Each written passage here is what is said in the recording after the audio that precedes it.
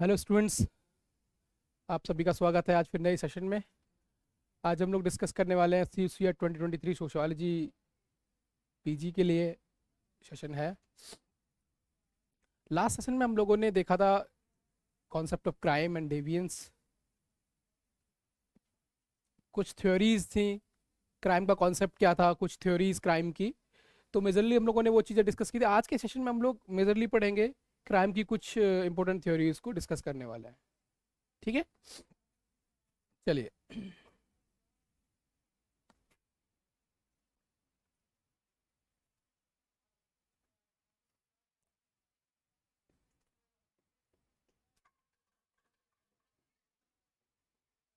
Crime, अपराध को हम लोगों ने डिस्कस किया हुआ था कि क्राइम का हम लोगों ने मेजरली इसमें जो डिस्कस किया था वो मैं एक बार फिर से आपको रिपीट कर देता हूँ। कॉन्सेप्ट हम लोगों ने डिस्कस किया था कि व्हाट इज क्राइम। ठीक है, हम लोगों ने ये डिस्कस किया हुआ था। इसके बारे में अलग अलग सोशियोलॉजिकल एक्सप्लेनेशन थी, वो आपको प्रीवियस लेक्चर में मिल जाएंगी। जैसे कि अगर आप देखोगे, टैपन का थ्योरी था। टैपन ने क्या कहा, क्राइम के बारे में क्या डेफिनेशन दी। उसके बाद हमने जेरोमी को पढ़ा। ठीक है, और भी थिंकर्स को पढ़ा। तो क्राइम एज ए कॉन्सेप्ट हमने डिस्कस किया। उसके बाद हमने थ्योरीज को डिस्कस किया। ठीक है, थ्योरी में मेजरली हम लोगों ने क्लासिकल थ्योरी को, थ्योरी ऑफ क्राइम को डिस्कस किया था।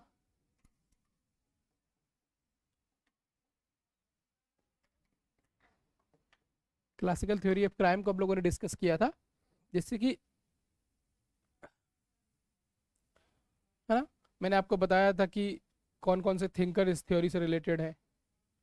और उसके अलावा हम लोगों ने कॉन्सेप्ट क्या था क्राइम का इस थ्योरी में, वो सब कुछ डिस्कस किया था। आज जो हम लोग लेक्चर लेंगे उसमें आज हम लोग पढ़ेंगे कि क्राइम की जो और थ्योरीज हैं वो क्राइम के बारे में कैसे एक्सप्लेनेशन देती है। ठीक है, तो इसी सीरीज में जो क्राइम की दूसरी थ्योरी है आपकी, वो है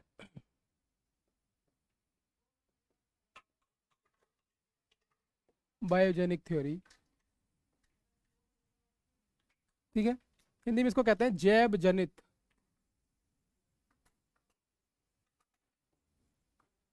जैव जनित सिद्धांत। ठीक है, बायोजेनिक थ्योरी, जैव जनित सिद्धांत कहते हैं इसको। ठीक है, तो मेजरली क्राइम के बारे में अगर हम देखेंगे, इस थ्योरी का मानना है कि जो क्राइम है ना,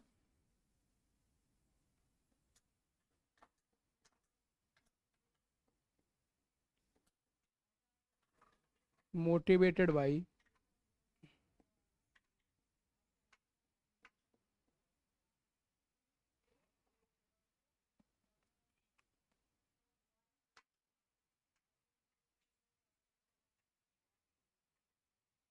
सम बायोलॉजिकल फैक्टर्स।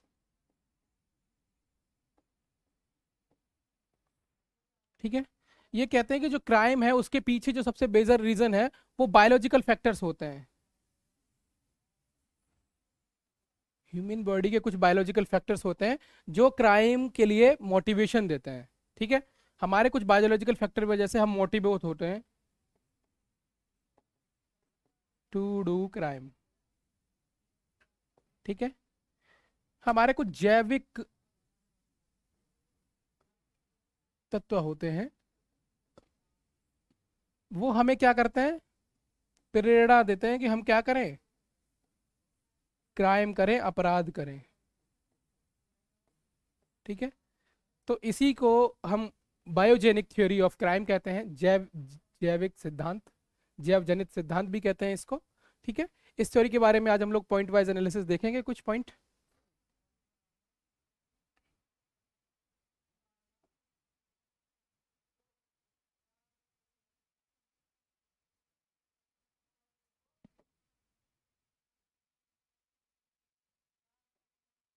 चलिए, देखिए, तो पहले बात, जो पहला पॉइंट है इस थ्योरी के बारे में, ये जो थ्योरी है, सबसे पहले आपको ये ध्यान देना है कि ये जो बायोजेनिक थ्योरी है वो क्या करती है,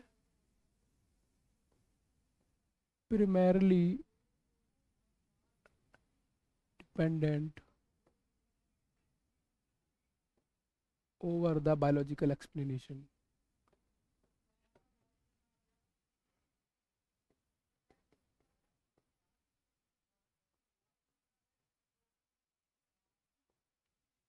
क्राइम, ठीक है। ये जो हमारे अपराध है,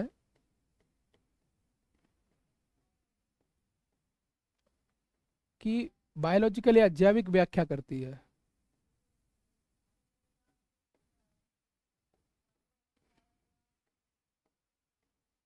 ठीक है, जो है कि क्राइम एक बायोलॉजिकल फैक्टर कैसे हो सकता है उसके बारे में हमें कौन बताता है, बायोजेनिक थ्योरी बताती है। ठीक है, दूसरा क्या है,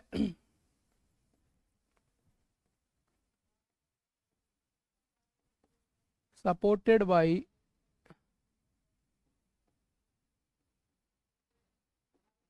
some classical and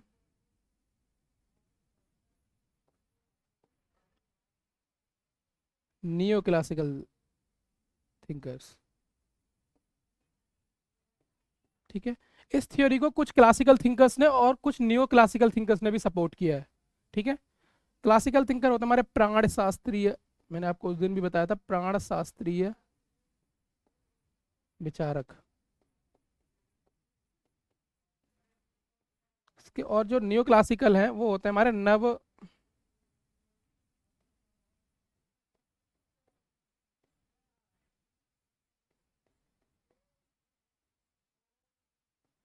शास्त्रीय विचारक। ठीक है, तो इस थ्योरी को मेजरली दोनों टाइप के क्लासिकल और नियो क्लासिकल थिंकर्स ने सपोर्ट किया हुआ है। ठीक है, चलिए अब हम यहाँ पे देखेंगे कुछ प्रोमिनेंट थिंकर्स के बारे में।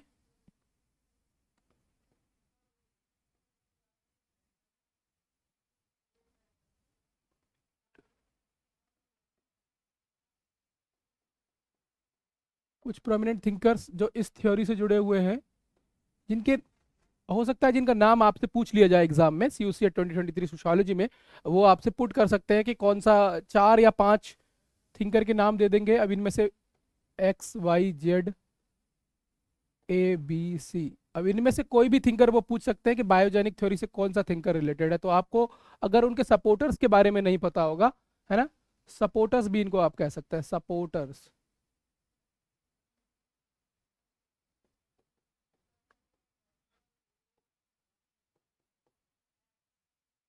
ठीक है,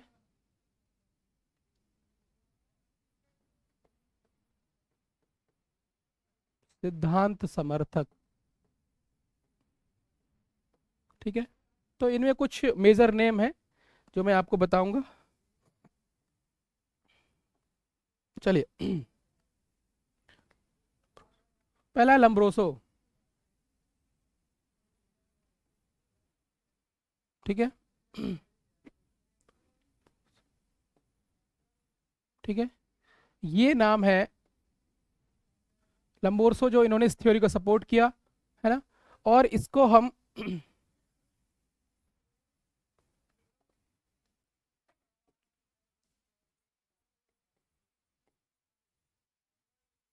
फादर ऑफ क्रिमिनोलॉजी भी कहते हैं। ठीक है, लम्ब्रोसो फादर ऑफ क्रिमिनोलॉजी, अपराध शास्त्र का पिता।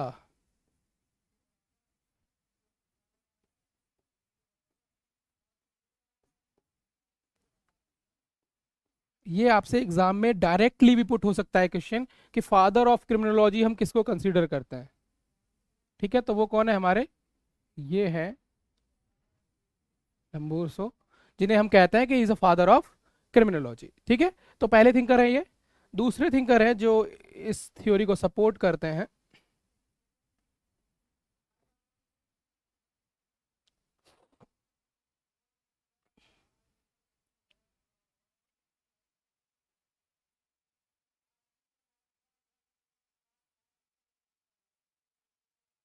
ठीक है, गैरोफालो, GAROFALO, गैरोफालो। इन्होंने भी इस थिंक थ्योरी को जो है वो सपोर्ट किया हुआ है। ठीक है, गैरोफालो। उसके बाद आते हैं हम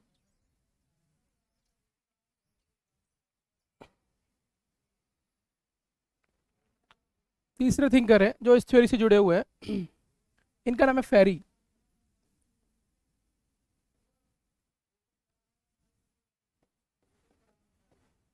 फेरी, ठीक है, मैं यहाँ पे लिख दे रहा हूँ हिंदी में, फेरी।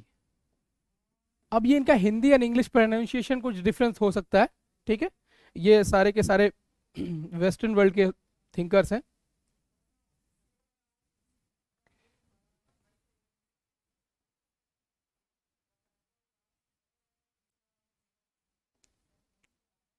ठीक है, ये गैरोफालो हैं, ये हमारे फेरी हैं, और ये हैं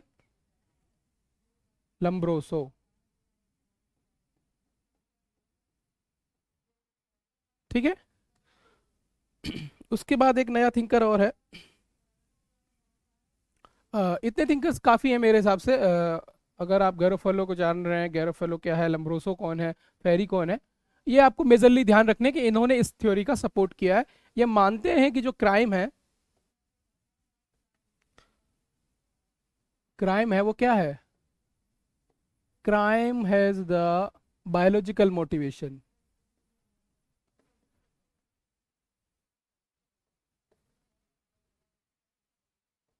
ठीक है, कि क्राइम जो होता है ना, क्राइम जो है वो क्या है मेजरली, क्राइम ये है कि क्राइम क्या कर रहा है, कि क्राइम कहाँ से आ रहा है, बायोलॉजिकल मोटिवेशन से आ रहा है। बायोलॉजी जो है वो क्या कराती है हमसे, क्राइम कराती है, हमारी बायोलॉजी। ठीक है, हमारे जो भी बायोलॉजिकल फैक्टर्स हैं वो हमें मजबूर करते हैं कि हम क्या करें, क्राइम करें। ठीक है, चलिए, तो यहाँ पे लिखो जैविकीय प्रेरणा।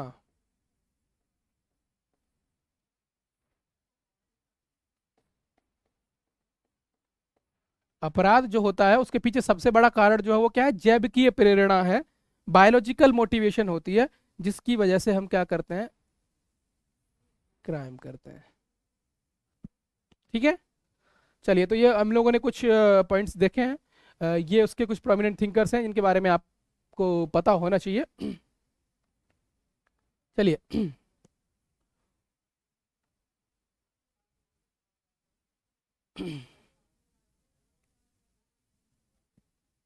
देखिए,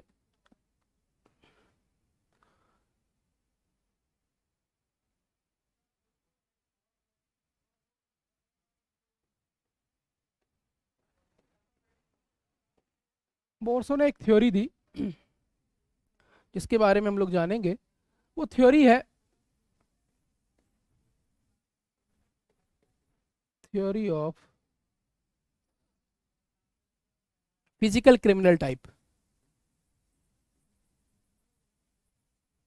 फिजिकल क्रिमिनल टाइप। ठीक है, बोर्सो ने एक theory the, theory of physical criminal type. ठीक है, अब ये थ्योरी क्या कहती है ये आपको यहाँ पे समझना है। ठीक है, ये थ्योरी कहती है कि जो हमारे क्रिमिनल्स होते हैं ना, वो मेजरली क्या होते हैं,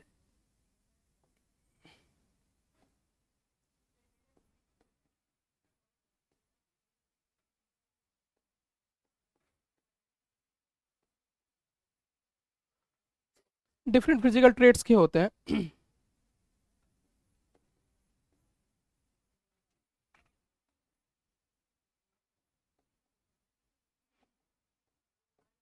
ठीक है, ये थ्योरी कहती है, हमारी theory of physical criminal type, कि जो क्रिमिनल्स होते हैं ना वो डिफरेंट फिजिकल टाइप्स के रिलेटेड होते हैं। जैसे कि अगर हम एक बात कहें कि क्राइम, जो लोग इस थ्योरी के अकॉर्डिंग क्राइम करते हैं वो फिजिकली कैसे होते हैं, थोड़े से डिफरेंट होते हैं। Physically specific personality.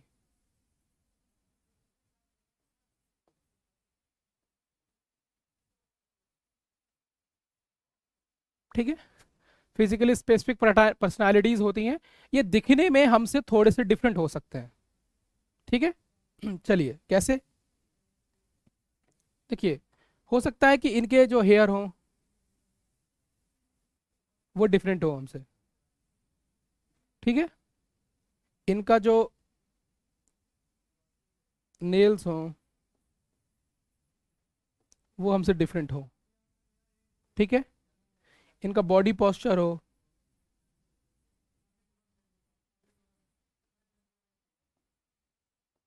ठीक है। हेयर हो, नेल्स हो, बॉडी पोस्चर हो, है ना। और भी फिजिकल ट्रेट्स। ठीक है। ये हमसे डिफरेंट हो सकती हैं। कहने का मतलब ये है कि अपराधी को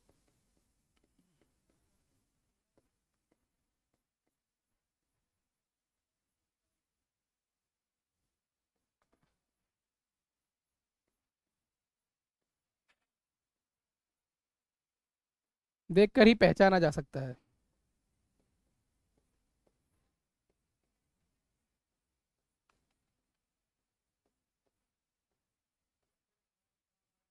ठीक है। इस थ्योरी का जो मेन कंसर्न है वो यही है कि कोई भी अगर क्रिमिनल है तो वो क्रिमिनल को हम देख के ही बता सकते हैं कि वो क्रिमिनल है। आपने नोटिस किया होगा कि जब कोई लोग जिनके बाल बहुत बड़े बड़े होते हैं, है ना, है ना।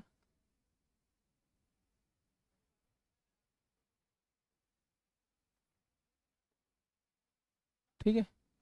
कोई ऐसे लोग जिनके बाल बहुत बड़े बड़े हैं, तो मेजर हो सकता है कि हम ये सोचे कि देखो यार ये कैसा लग रहा है, देखने में चोर लग रहा है शक्ल से ही, है ना। हमारे यहाँ एक चलता है शक्ल से चोर, शक्ल से चोर। आप रोजमर्रा की जिंदगी में यही वर्ड यूज करते होगे कि कोई व्यक्ति हमें शक्ल से ही चोर लग रहा है। तो वो शक्ल से चोर लग रहा है, तो उसके पीछे जो थ्योरी है वो किसकी है? बायोलॉजिकल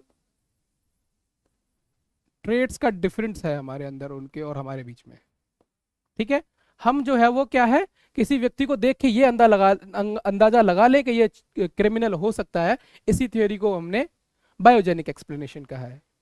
ठीक है। किसी व्यक्ति के आपने देखा होगा कि जो अपराधी होते हैं उनके नाखून बड़े बड़े हैं। ठीक है। बहुत बड़े बड़े नाखून रखते हैं वो। ठीक है। और उनके बाल बड़े बड़े हो सकते हैं, उनका हुलिया, उनके कपड़े।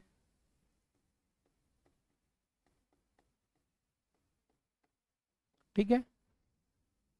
और उनकी आंखें, ये सब डिफरेंट तरीके की हो सकती हैं। ठीक है। तो वो यही कह रहे हैं लंबोर्सो इस थ्योरी में कि बायोलॉजिकल फैक्टर्स जो होते हैं जो अपराधियों को किसी एक जनरल व्यक्ति से डिफरेंट बनाते हैं, सामान्य व्यक्ति से एकदम अलग कर देते हैं उसको। ठीक है।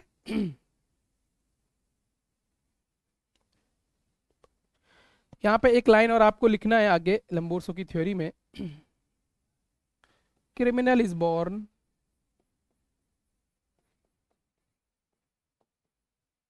Is born. ठीक है।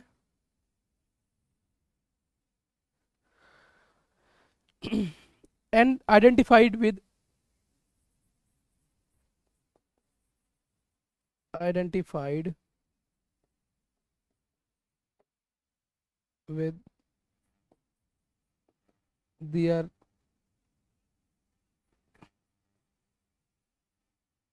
specific physical traits।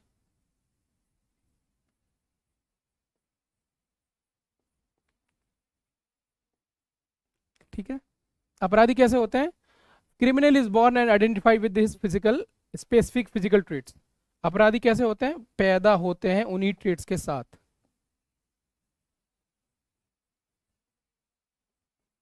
अपराधी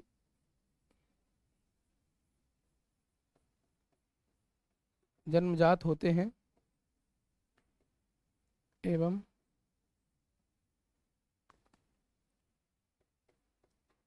उनकी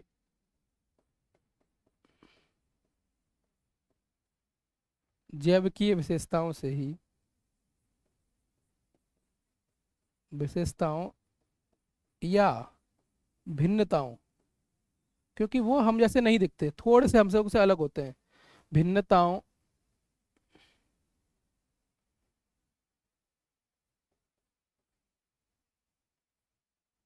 से ही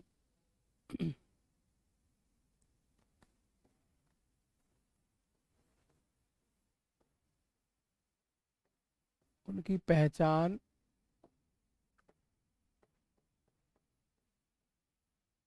की जा सकती है।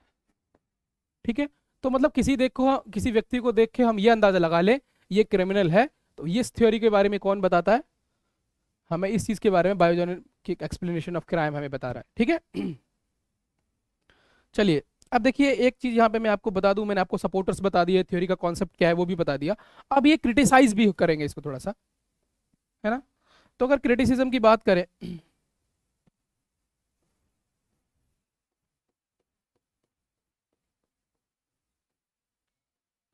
आलोचना अगर हम इस थ्योरी के करें,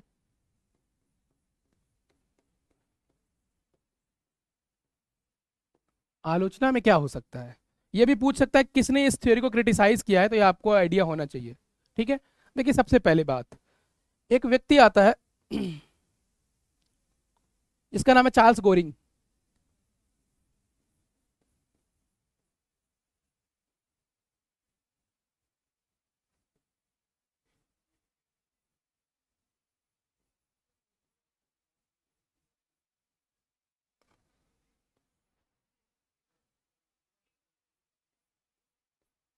चार्ल्स गोरिंग, चार्ल्स गोरिंग जो है, इन्होंने इस थ्योरी को क्रिटिसाइज किया।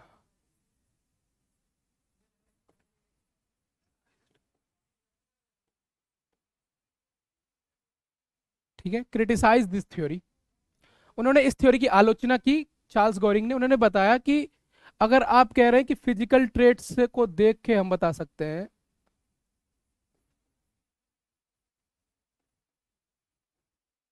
कि ये अपराधी है या नहीं, आप किसी व्यक्ति को फिजिकल ट्रेट्स को देख के कैसे बता सकते हो कि वो क्रिमिनल है या नहीं है? इसका कोई क्राइटेरिया आपने बताया नहीं थ्योरी में। तो इसके लिए इन्होंने कहा कि ऐसे लोग जो क्रिमिनल बाई पैशन होते हैं,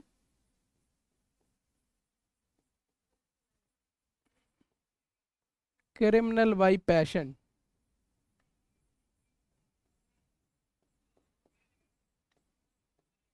ठीक है, क्रिमिनल बाई पैशन होते हैं ऐसे लोगों को, तो फिर आपने ऐसे लोगों को इस थ्योरी से बाहर कर दिया, तो क्या ये क्रिमिनल नहीं होते? क्रिमिनल बाई पैशन जो लोग होते हैं वो क्रिमिनल नहीं होते क्या? क्योंकि ये स्वभाव से हैं, ये दिखेंगे भी नहीं आपको मगर ये क्रिमिनल हो सकते हैं, स्वभाव से अपराधी।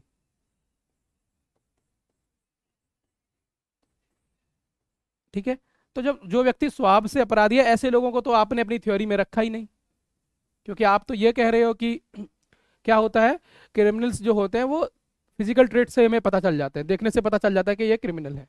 ठीक है, तो ऐसी चार्ल्स गोरिंग ने कहा कि नहीं ये गलत है, कुछ लोग ऐसे भी होते हैं जो क्रिमिनल बाई पैशन होते हैं, स्वभाव से ही अपराधी होते हैं, उन्हें आप देख के अंदाजा नहीं लगा सकते कि ये अपराधी है या नहीं। ठीक है, तो ये हमारी एक्सप्लेनेशन है, बायोजेनिक एक्सप्लेनेशन ऑफ क्राइम। एक बार फिर से मैं रिपीट कर देता हूं आप कहें तो। ठीक है, बायोजेनिक क्राइम, हम लोगों ने देखा था कि crime is motivated by some biological factors, जो बायोलॉजिकल फैक्टर्स होते हैं वो क्राइम को करने में मोटिवेट करते हैं हमें कि हम क्राइम करेंगे। ठीक है, जैसे आपको बताया था मैंने, बायोलॉजिकल एक्सप्लेनेशन ऑफ क्राइम देता है ये। ठीक है, प्रिमरली डिपेंडेंट ऑन, अपराध की जैविक व्याख्या करती है ये थ्योरी सिद्धांत, जैविक व्याख्या।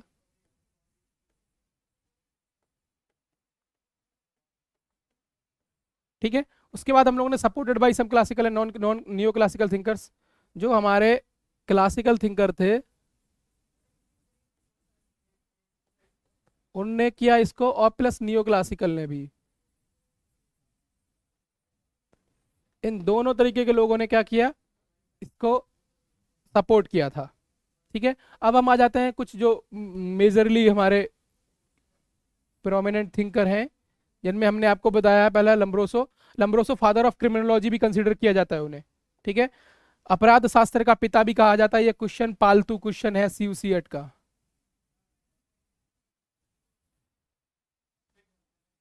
ठीक है, ये फादर ऑफ क्रिमिनोलॉजी पालतू क्वेश्चन है, यहां से आपको पूछ सकता है वो, हर बार ये क्वेश्चन पूछेगा आपसे कि क्रिमिनोलॉजी का फादर कौन है। ठीक है, उसके बाद हम गैरफेलो की बात कर रहे थे, गैरफेलो ने भी इस थ्योरी को सपोर्ट किया था।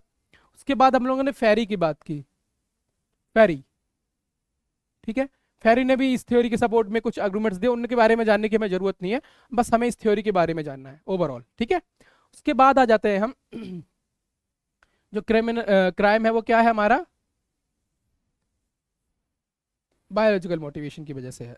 चलिए, उसके बाद हम लोगों ने लंबोर्सो को देखा, उनकी थ्योरी देखी कि ये theory of physical criminal type की थ्योरी थी कि जो अपराधी होते हैं वो कैसे हैं, डिफरेंट फिजिकल ट्रेट्स होती है उनकी, ठीक है। उसके बाद हमने बताया कि क्राइम क्या है, फिजिकल स्पेसिफिक पर्सनालिटी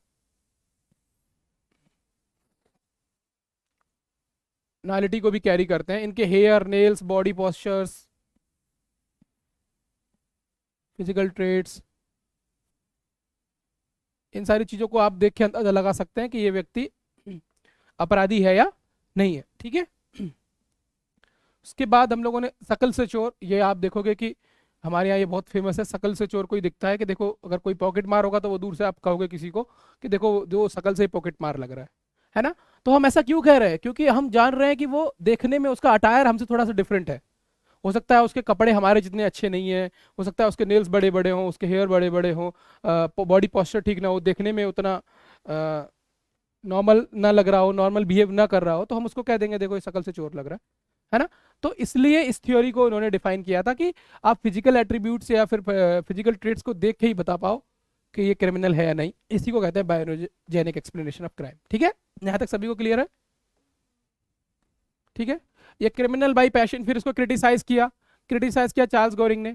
उन्होंने बताया कि भाई आप कह रहे हो कि फिजिकल ट्रेट्स या फिर क्रिमिनल जो होते हैं वो बायोलॉजिकल फैक्टर्स की वजह से होते हैं, मगर कुछ व्यक्ति ऐसे होते हैं जो क्रिमिनल बाई पैशन होते हैं, स्वभाव से अपराधी होते हैं, उनको तो आपने इंक्लूड ही नहीं किया अपनी थ्योरी में।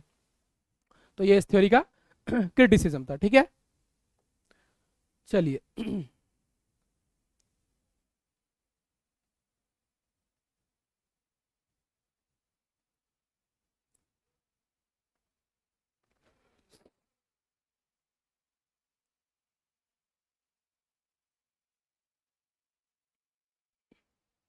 चलिए अगली थ्योरी पढ़ेंगे हम लोग। अगली थ्योरी है साइकोजेनिक।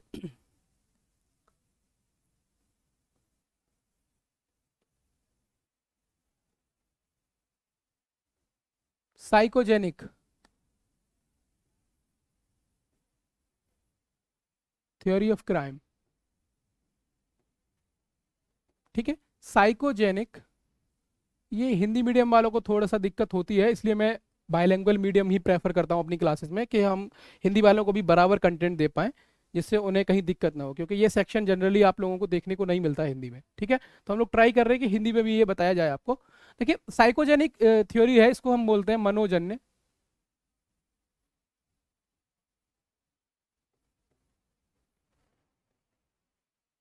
मनोजन्य सिद्धांत, ठीक है। मनोजन्य सिद्धांत को हम कहते हैं psychogenic theory of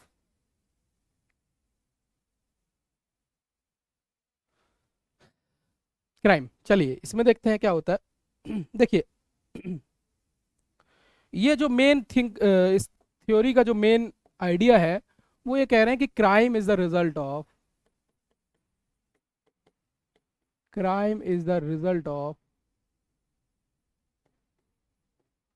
is a result of some defects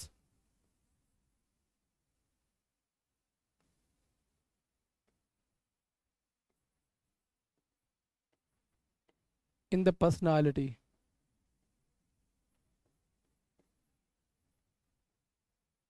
ठीक है। जो क्राइम होता है वो पर्सनालिटी में डिफेक्ट का रिजल्ट, ठीक है।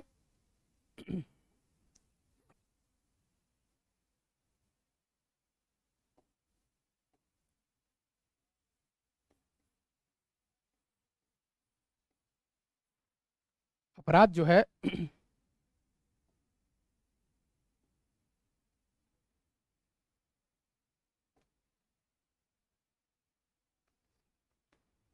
अपराध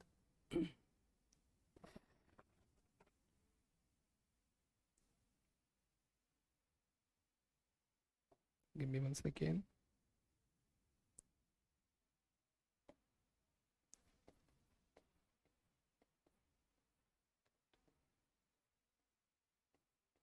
अपराध व्यक्तित्व में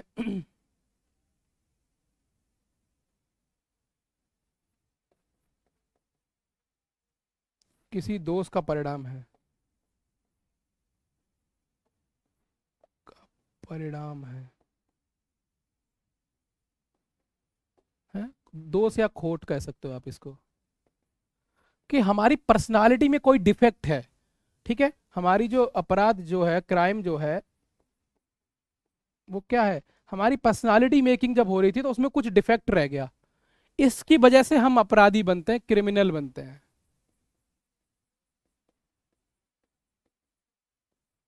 ठीक है, अपराधी है, अपराधी व्यक्ति कब बनता है, जब उसकी पर्सनालिटी में कुछ डिफेक्ट रह जाए। ठीक है, इसकी वजह से हम तो क्रिमिनल्स को क्या कंसीडर करेंगे कि उनकी जो पर्सनालिटी है उसका डेवलपमेंट, ओवरऑल डेवलपमेंट नहीं हुआ। No overall development.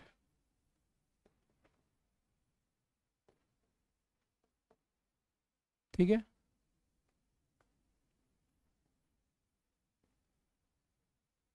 पर्सनालिटी, ये क्या है कि व्यक्तित्व अगर किसी व्यक्ति का है ना तो उसका संपूर्ण,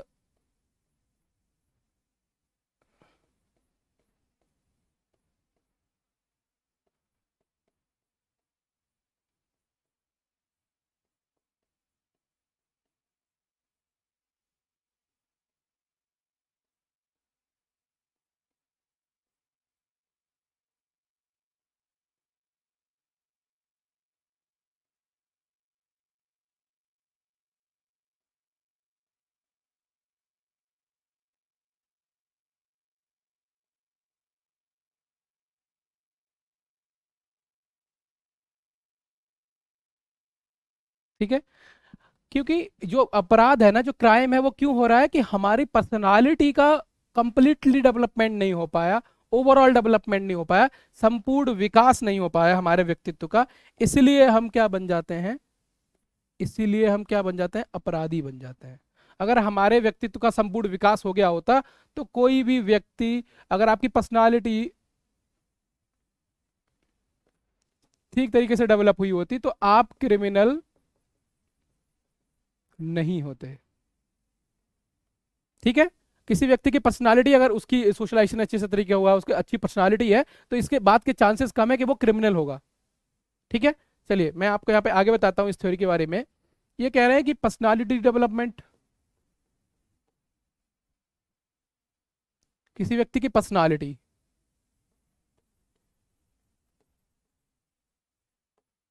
और इधर क्या है, क्राइम। ठीक है, ये दोनों चीजें आपको देखनी है। तो अगर किसी व्यक्ति का पर्सनालिटी डेवलपमेंट ठीक ठाक हुआ है तो चांसेस क्या कम होंगे कि वो क्रिमिनल नहीं होगा। ठीक है, ये थ्योरी हमें बताती है कि अगर किसी व्यक्ति का पर्सनालिटी डेवलपमेंट ठीक ठाक हुआ है तो बहुत कम चांसेस हैं कि वो क्या होगा, जैसे जैसे आपका पर्सनालिटी डेवलपमेंट ऊपर जाएगा, आपका क्रिमिनल रेट जो है वो क्या हो जाएगा, नीचे आ जाएगा। ठीक है, चलिए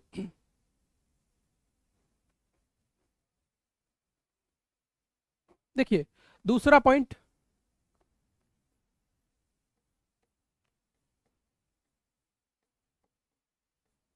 crime is the result of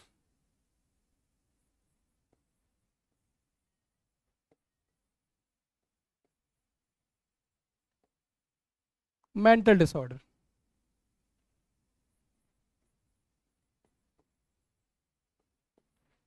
आपको ये भी ध्यान देना है कि जो क्राइम है ना वो मेंटल डिसऑर्डर की वजह से हो रहा है।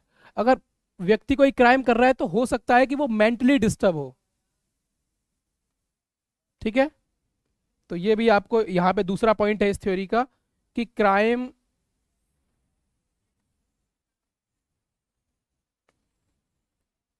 जो है वो क्या है, मेंटल डिसऑर्डर की वजह से होता है। ठीक है, यहाँ पे अगर मैं कहूँ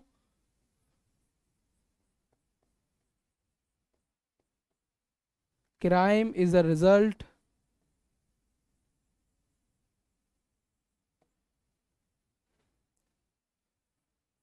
ऑफ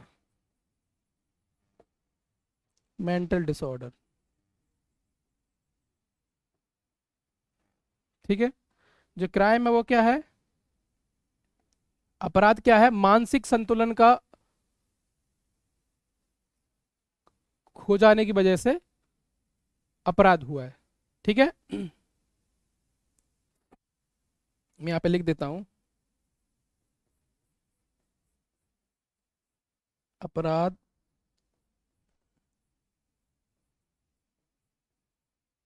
मानसिक संतुलन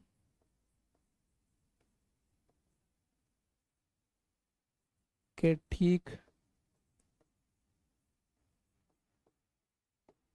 ना होने का परिणाम है।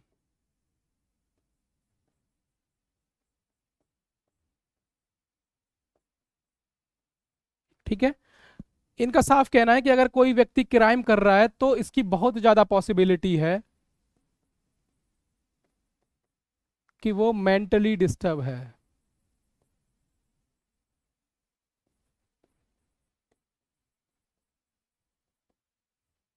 ठीक है, वो मेंटली डिस्टर्ब्ड है कि जिसकी वजह से वो क्राइम कर रहा है, कि उसको मेंटल पीस नहीं है, उसके पास मेंटली डिस्टर्ब है, जिसकी वजह से वो क्या है, क्राइम को लगातार करते जा रहा है। ठीक है, तो ये जो हमारी जो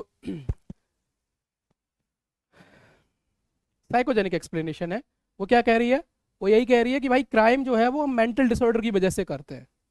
ठीक है, मेंटल डिसऑर्डर की वजह से करते हैं, तो क्राइम हो रहा है क्योंकि हम मेंटली स्टेबल नहीं है।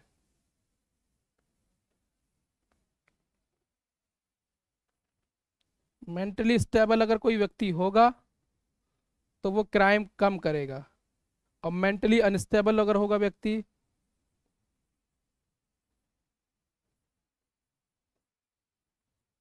तो वो क्राइम क्या करेगा, ज्यादा करेगा।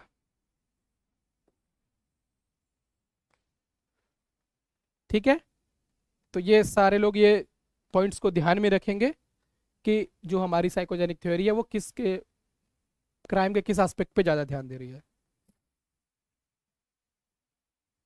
चलिए आगे देखिए, अगली थ्योरी है साइकोलॉजिकल एक्सप्लेनेशन। ठीक है,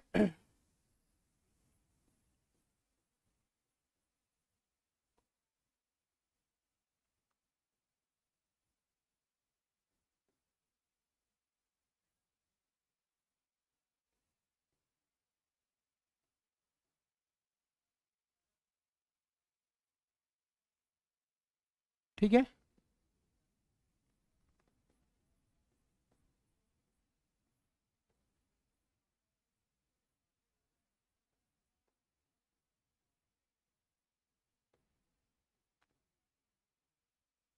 अपराध की मनोवैज्ञानिक व्याख्या। ठीक है, ये साइकोलॉजिकल थ्योरी ऑफ क्राइम है, इसको हम देखते हैं। देखो यहाँ पे इन्होंने जो प्रोमिनेंट थिंकर हैं जो इस एक्सप्लेनेशन को देते हैं कि क्राइम, वो नाम है हेनरी गोडार्ड। ठीक है, सारे लोगों को ये नाम ध्यान रखना है, एग्जाम में पूछ सकता है।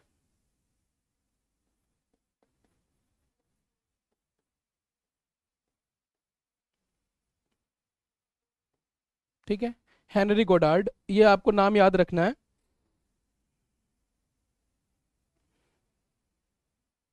ठीक है, मैं हिंदी वालों के लिए भी लिख देता हूँ, हेनरी गोडार्ड।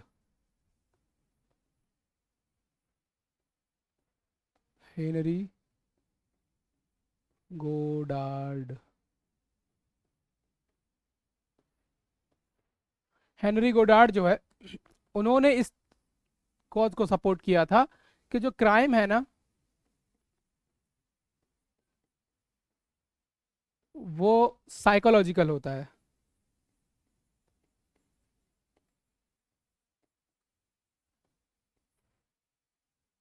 ठीक है, साइकोलॉजिकल होता है, मनोवैज्ञानिक कारण होते हैं, कोई व्यक्ति अगर अपराधी है तो उसके पीछे मनोवैज्ञानिक कारण होते हैं। और कैसे मनोवैज्ञानिक कारण, ठीक है, तो हमें ये भी देखना है। तो इनमें उन्होंने बताया कि क्राइम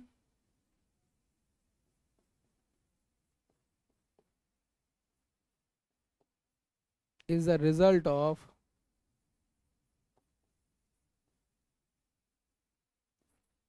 वेरी लो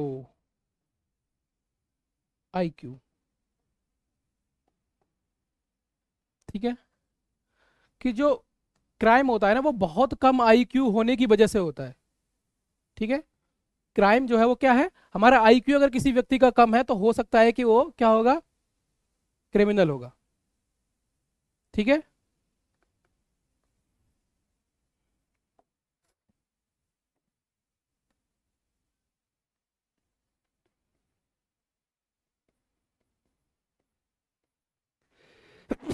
सॉरी।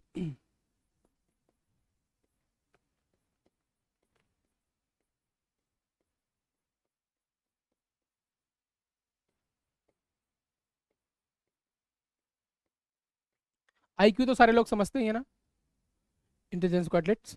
ये होता क्या है कि ये हमें मेजर कराता है कि हमारे अंदर कितनी बुद्धि है। ठीक है, तो जिसके अंदर जितनी बुद्धि होगी हो सकता है उसके चांसेस कम है कि वो क्राइम कम करेगा। मगर जिसके अंदर जितनी बुद्धि है, अगर उसके अंदर बुद्धि कम है, आईक्यू लेवल डाउन है, तो चांसेस उसके ज़्यादा है कि वो क्राइम को ज़्यादा करेगा। ठीक है, तो यहाँ पे आपको मेजरली दो ही चीज़ें याद रखनी है। अगर किसी व्यक्ति का आईक्यू कम है तो वह अपराधी हो सकता है।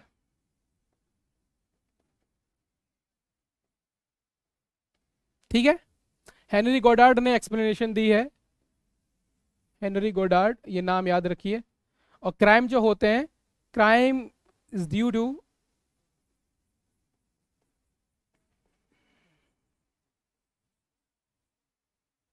क्राइम इज हैपन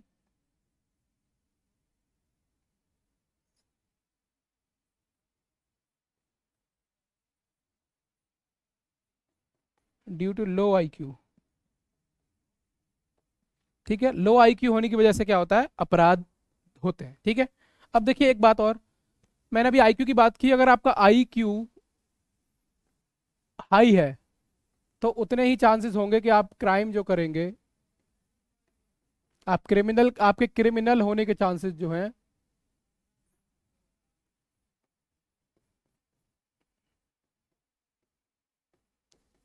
घटते जाएंगे। और अगर आपका हाई क्यू हाई है तो और चांसेस है कि आप क्रिमिनल होने के और कम हो जाएंगे। ठीक है, तो ये यहाँ पे मेंटल रीजंस की वजह से भी है। ठीक है, साइकोलॉजिकल फैक्टर्स हैं कि अगर आपका आईक्यू हाई है तो आप क्रिमिनल नहीं होंगे, ऐसी पॉसिबिलिटी उन्होंने बताई है। ठीक है, अब देखिए इनके क्रिटिसिज्म देख लीजिए थोड़ा सा।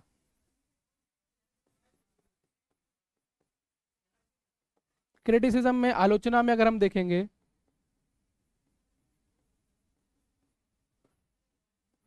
तो आपने देखा होगा कि जो शार्प माइंड्स होते हैं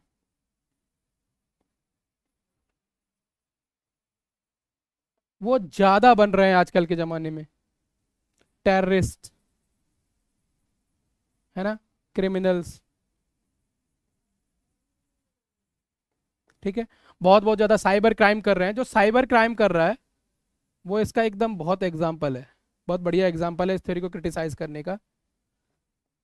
कि जो हम साइबर क्राइम करते हैं ना, अब साइबर क्राइम करने के लिए हमें कोडिंग वगैरह आनी चाहिए, है ना। किसी भी सिस्टम को अगर हम हैक कर रहे हैं तो उसके लिए हमें बहुत टेक्नोलॉजिकल इन्फ्लुएंस ही चाहिए अपने काम में। तो ये टेक्नोलॉजिकल इन्फ्लुएंस ही कब आएगी, क्योंकि अगर आ रही है तो आपका आईक्यू क्या है, हाई है। तो आईक्यू अगर जितना हाई है तो क्राइम भी आप उतना ही बड़ा करेंगे आज के ज़माने में। तो ये तो क्या हो गया, क्रिटिसिज्म हो गया कि नहीं आप गलत कह रहे हो, आईक्यू का क्राइम से कोई लेना देना नहीं है। ठीक है, क्योंकि आज के ज़माने में क्या है, आपके पास जितना आईक्यू हो सकता है आप उतना बड़ा काम कर दें, क्राइम कर दें। ठीक है, चलिए।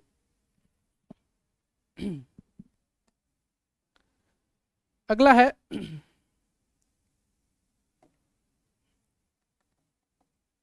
इकोनॉमिक,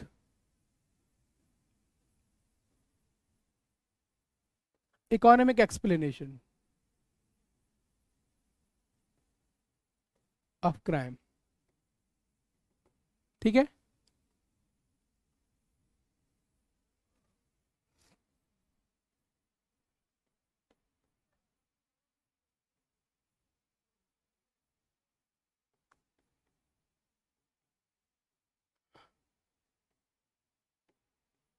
कि कोई अगर क्रिमिनल क्राइम कर रहा है तो इकोनॉमिक टर्म्स में भी कुछ हो सकता है क्राइम कैसे होता है। तो यहाँ पे हम क्या देखेंगे, मेजरली क्या देखेंगे यहाँ पे इस थ्योरी में,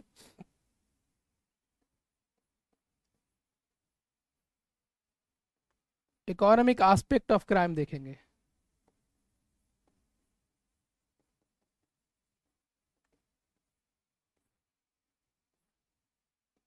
ठीक है, तो देखिए इकोनॉमिक एस्पेक्ट ऑफ क्राइम देखेंगे। सबसे पहले मैं यहाँ पे एक बात मुझे भी ध्यान आ गई, मैं आपको बता दूं कि क्राइम और डेवियन से जो क्वेश्चन पेपर में आपके आएंगे CUCET 23 में, सोशियोलॉजी में जो क्वेश्चन आएंगे वो आपके क्लियर आएंगे कि आपको ये देखना है कि कॉन्सेप्ट क्या है पहले तो।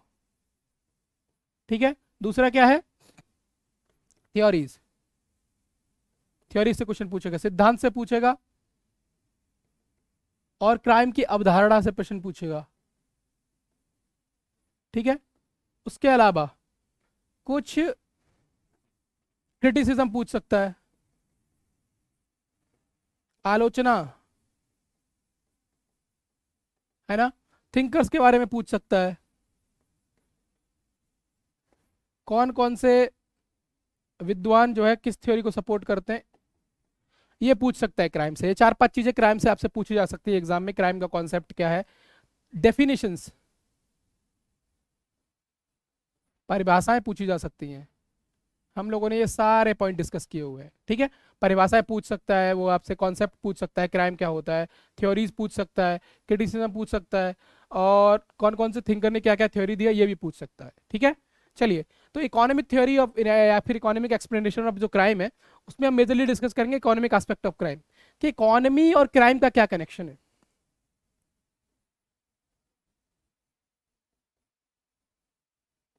इकोनॉमी और क्राइम, इन दोनों के बीच में एक क्या कनेक्शन है, इस चीज को यहाँ पे इस थ्योरी में हम लोग देखने वाले। ठीक है, चलिए,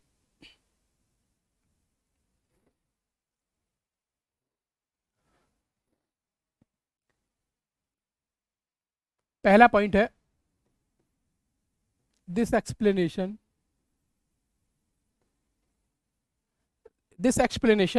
analysis criminal behaviour, analysis the criminal behaviour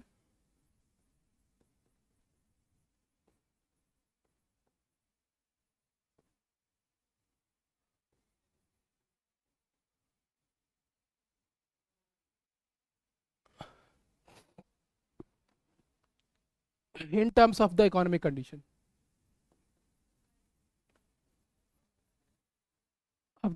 condition of society,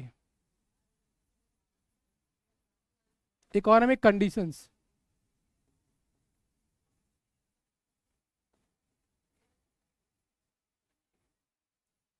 ठीक है।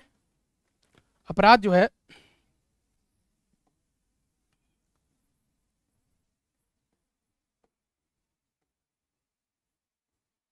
सिद्धांत,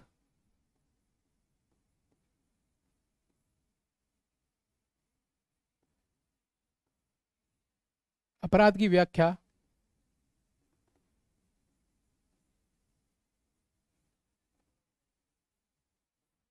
यह सिद्धांत अपराध की व्याख्या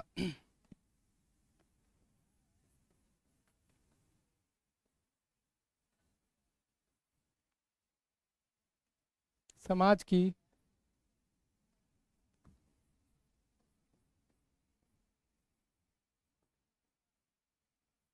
आर्थिक परिस्थितियों के आधार पर करता है।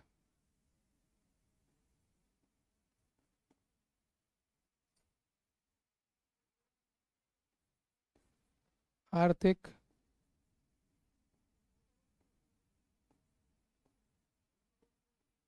परिस्थितियों के आधार पर करता है।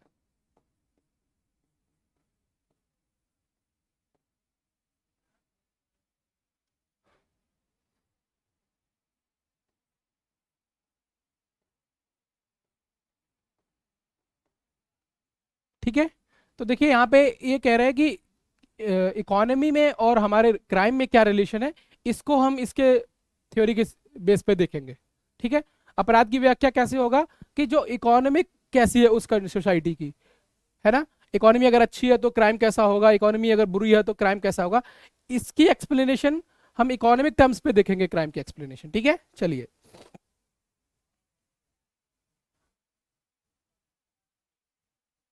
एक इटालियन स्कॉलर आते हैं, प्रोपाउंडर कौन है इस थ्योरी के?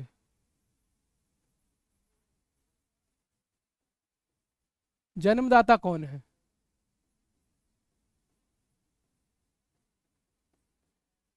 ठीक है, तो देखो इस थ्योरी को दिया था, किसने दिया था?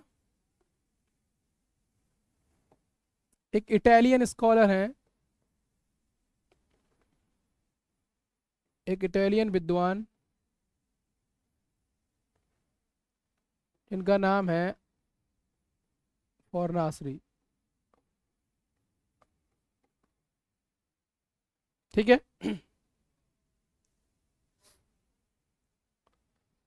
फॉरनासरी यहाँ पे ए है।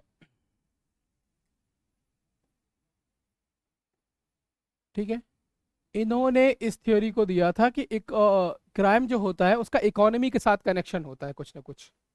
ठीक है, इसको पहली बार इन्होंने बताया था इटालियन स्कॉलर्स ने। ठीक है,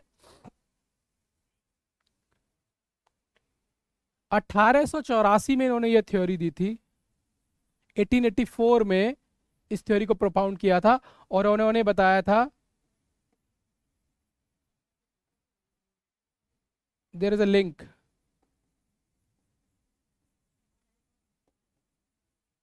between the crime and poverty. ठीक है, इटली के स्कॉलर थे, इन्होंने बताया कि जो भाई क्या होता है, गरीबी जो होती है ना, अपराध जो होता है,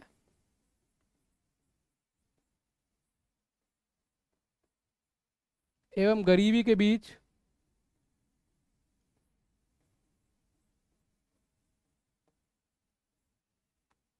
यहाँ पे लिख लेना आप डायरेक्ट, डायरेक्ट लिंक। ठीक है, देखो ये कहते हैं अपराध एवं गरीबी के बीच में क्या होता है, प्रत्यक्ष संबंध होता है।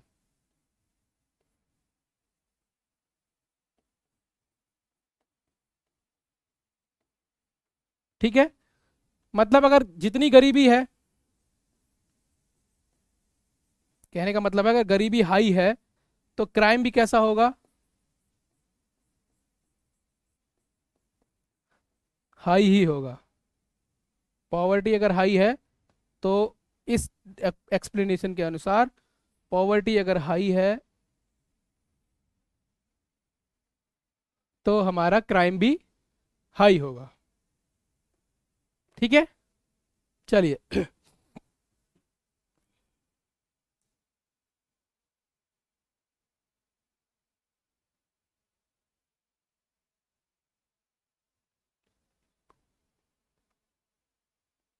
ठीक है, इन्होंने इटली में ये जो एक्सप्लेनेशन दिया था 1884 में,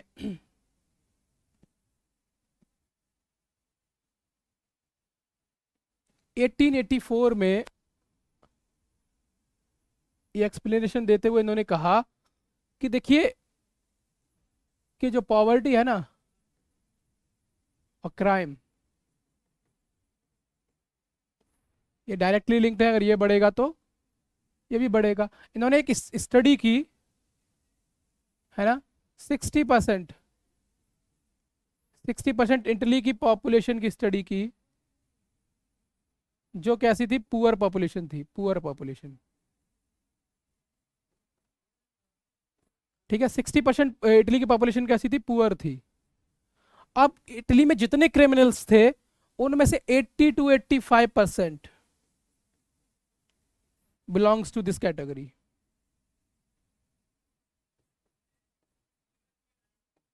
बिलोंग टू दिस कैटेगरी। ठीक है,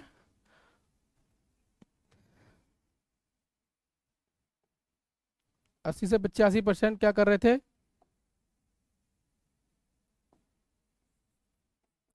इस श्रेणी से संबंधित थे। मतलब कि अगर 60% यहाँ पे पॉपुलेशन है जो गरीब है, तो उस 60% में से जितने क्रिमिनल्स हमारे इटली में थे, 80 से 85%, 80 से 85% जो क्रिमिनल थे वो इस ही कैटेगरी के थे। मतलब कि जो गरीब है तो वो क्राइम करेगा, अगर कोई व्यक्ति पुअर है तो उसके क्रिमिनल होने के चांसेस कैसे हैं, वो क्रिमिनल होगा। ठीक है, यहां तक सभी को समझ में आ रहा है? चलिए आगे देखिए। उसके बाद अब जो स्कॉलर्स हैं, पहले तो हमारा एक ही हो गया फॉरेन सारी, दूसरे स्कॉलर के बारे में बात करेंगे अब।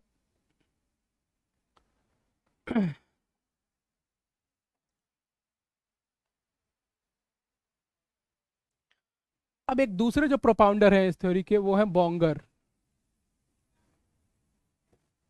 बॉन्गर बॉन्गर जो है वो एक डच स्कॉलर है। डच स्कॉलर है, Dutch.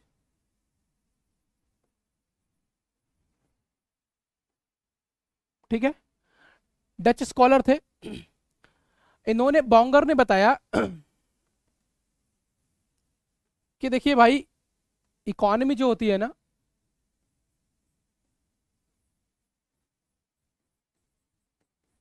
Direct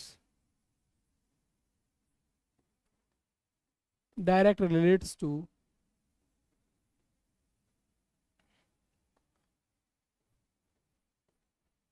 type of crime, है ना? या फिर यहाँ पे आप टाइप ना लिख के आप यहाँ पे लिख सकते हो क्वांटिटी। मेजरली था कि क्वांटिटी पे बता रहे हैं ये। इकोनॉमी डायरेक्ट रिलेट करती है कि उसमें क्वांटिटी कैसी होगी क्राइम की।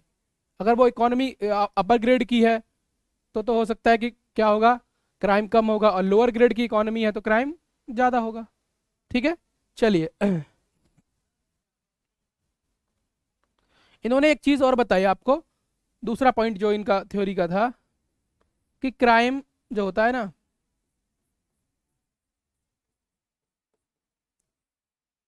क्राइम का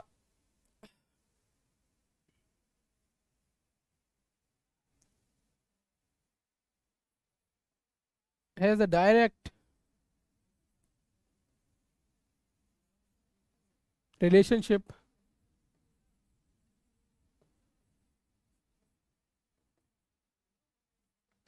टू मोड ऑफ प्रोडक्शन।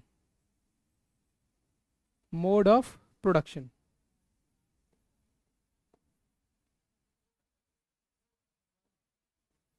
ठीक है, कि जो क्राइम होता है ना, वो किस, उसका सीधा संबंध किससे होता है? उत्पादन के साधनों से होता है, मोड ऑफ प्रोडक्शन से होता है। जैसे कि यहाँ पे पहले इसको लिख लीजिए आप लोग।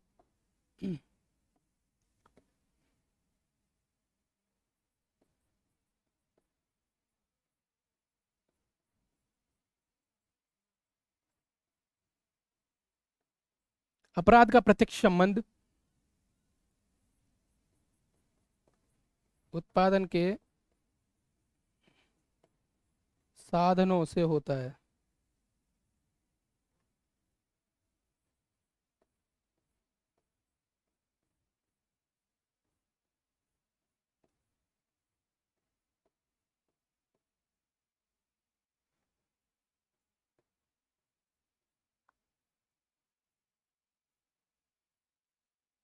ठीक है, कि आपका इकोनॉमी में मोड ऑफ प्रोडक्शन कैसा है, ये बताएगा आपका क्राइम कितना है इकोनॉमी में। ठीक है, जैसे देखिए,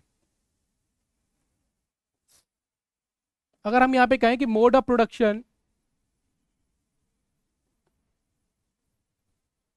मोड ऑफ प्रोडक्शन हम जानते हो कि उत्पादन करने का तरीका कैसा है आपका समाज में, है ना?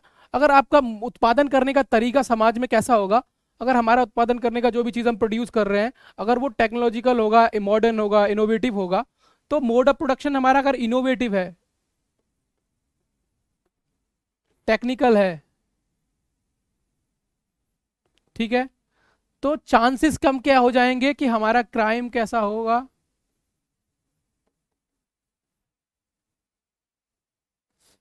एक minute, I think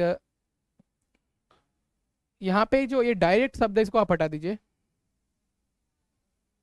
crime has a relationship to the mode of production, बस इतना रखिए। अब देखिए, ये जो है हमारा, अगर ये टेक्नोलॉजिकल इकोनॉमी होगी, इनोवेटिव इकोनॉमी होगी, तो क्राइम वैसे ही अपने आप डाउन में आ जाएगा। और हमारा जो ट्रेडिशनल इकोनॉमी अगर है,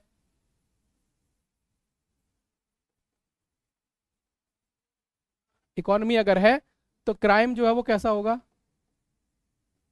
बढ़ जाएगा। अगर हमारा उत्पादन करने का तरीका परंपरागत है, तो अपराध भैया आपका कैसा होगा, बढ़ेगा, घटेगा नहीं। और जितना आप पार्शियलिटी, जितना आप ट्रांसपेरेंसी लाओगे, इकोनॉमी को मॉडर्न बनाओगे, इनोवेटिव बनाओगे, टेक्नोलॉजिकल बनाओगे, है ना। यहाँ पे अगर आपकी प्रौद्योगिक इकोनॉमी अगर होगी, टेक्नोलॉजिकल इकोनॉमी होगी, है ना, आधुनिक इकोनॉमी होगी, आधुनिक अर्थव्यवस्था होगी आपकी, तो आपके चांसेस होंगे कि आपका जो क्राइम है, अपराध जो है वो कैसा हो जाएगा, आपके में कम होगा।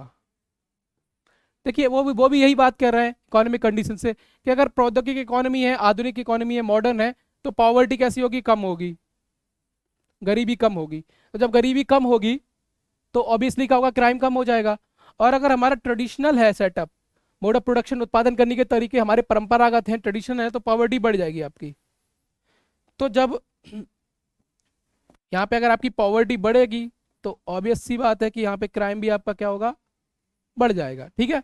और दूसरा केस क्या था, कि पॉवर्टी अगर हमारी कम है, क्योंकि क्यों है, क्योंकि हमारे पास टेक्नोलॉजिकल इकोनॉमी है, मॉडर्न इकोनॉमी है, तो क्राइम भी हमारा कम होगा। ठीक है। ये इस तरीके से आपको मैंने कुछ होलोग्राम्स बना के दिए हुए हैं, जिससे कि आपको ये इजी और आपको समझ में आएगा। ठीक है। ये थे हमारे दूसरे थिंकर। अभी हम तीसरे थिंकर के बारे में बात करेंगे, सारेल बर्ट। ठीक है। सारेल बर्ट ने क्या कहा, इकोनॉमिक एक्सप्लेनेशन दी उन्होंने क्राइम की। सारेल Burt,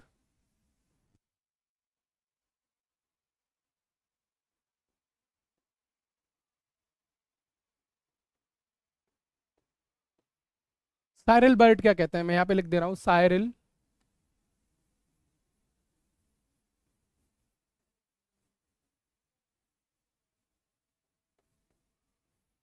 Cyril Burt. Cyril Burt क्या बताते हैं आपको, वो हमें देखना है। देखो, पहली बात ये जो है, ये एक ब्रिटिश क्रिमिनोलॉजिस्ट थे।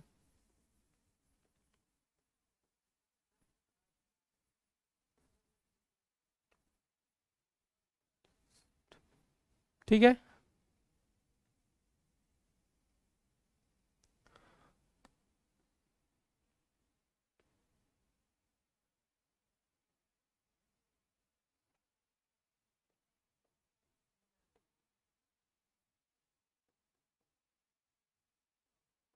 ब्रिटेन के, यूके के एक क्रिमिनोलॉजिस्ट थे, अपराध शास्त्री थे, क्रिमिनोलॉजी में इनको मास्टर थे उस जमाने में। ठीक है। इन्होंने एक स्टडी की 1938 में, 1938, ये डेट याद रखनी है कब हमारा साइलेंट वर्ड आता है। 1938 में इन्होंने बताया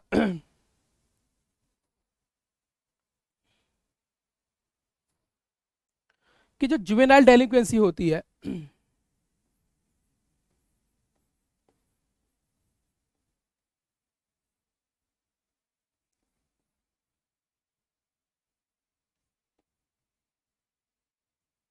ठीक है, जुवेनाइल डेलिक्वेंसी मतलब बाल अपराध, बाल अपराध के ऊपर इन्होंने लिखा।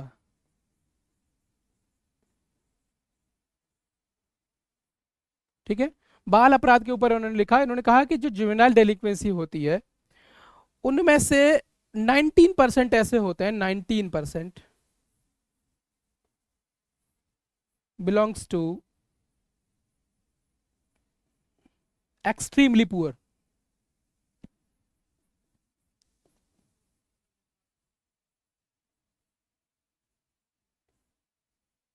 ठीक है। जो बाल अपराध या बाल अपराध या बाल अपराधी होते हैं,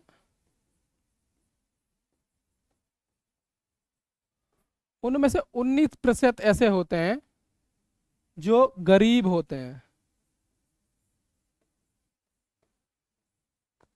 ठीक है। तो उन्होंने दिखाया कि जो जुवेनाइल डेलिक्वेंसी करते हैं बच्चे, जो बाल अपराध करते हैं, वो अगर जितने पुअर होंगे उतने ही चांसेस हैं कि वो क्रिमिनल बनेंगे, या ऐसे समाज जो इकोनॉमी पुअर होंगी उनमें चांसेस होंगे कि जुवेनाइल डेलिक्वेंसी क्या होगी, बढ़ जाएगी, बाल अपराध क्या होंगे हमारे, बढ़ जाएंगे। ठीक है।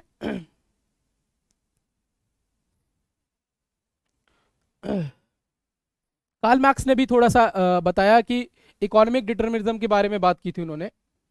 ठीक है, मैं यहाँ पे आपको बता दूंगा, आज अभी क्लियर कर देता हूँ मैं आपको यहाँ पे।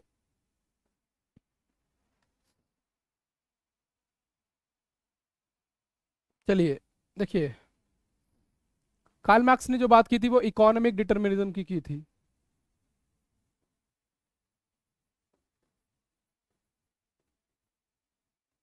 आर्थिक निर्धारणवाद।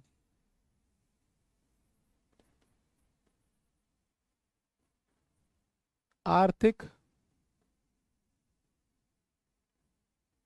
निर्धारणवाद। ठीक है, इकोनॉमिक डिटर्मिनिस्टिक कि जो सब कुछ डिटरमाइन करता है सोसाइटी में वो कौन करता है, इकोनॉमी करता है। ठीक है।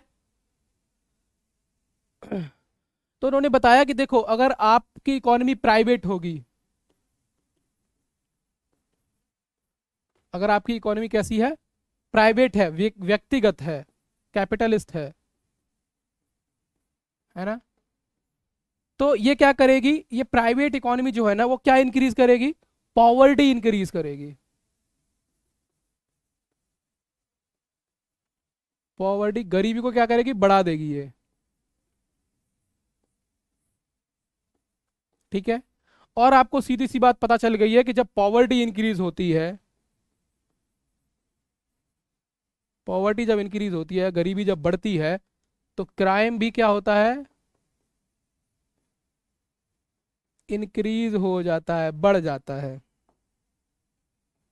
क्योंकि ये डायरेक्ट रिलेशन में होते हैं। ठीक है।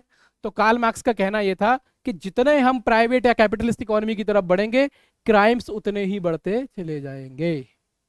ठीक है। कैपिटलिज्म जितना बढ़ेगा, क्राइम भी उतना ही बढ़ेगा। ठीक है। तो उन्होंने एक सीधी बात लिखी थी यहां पे, पूंजीवाद एवं अपराध के बीच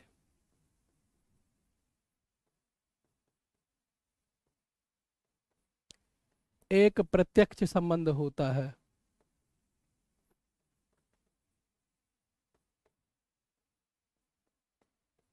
ठीक है, अगर हम पूंजीवाद को बढ़ाएंगे, कैपिटलिज्म को बढ़ाएंगे, तो हमारा क्राइम भी बढ़ेगा।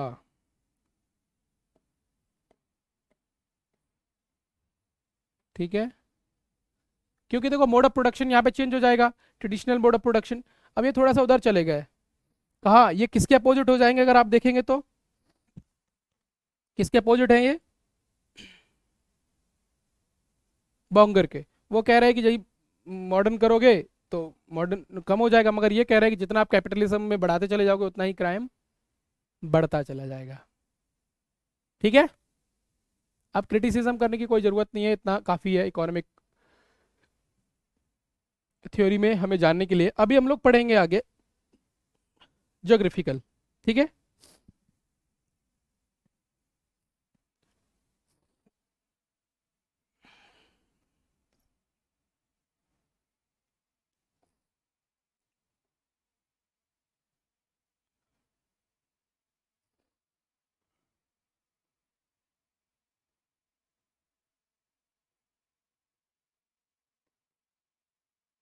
Geographical theory of crime.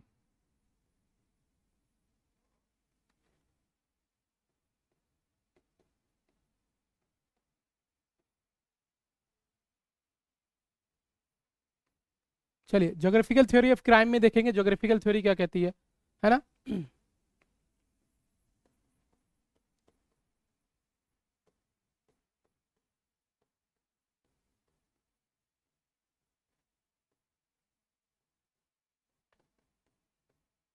अपराध का भौगोलिक सिद्धांत क्राइम के बारे में क्या कहता है, क्या उसकी क्राइम के बारे में एक्सप्लेनेशन है, ये हम लोग यहाँ पे जानेंगे, ठीक है।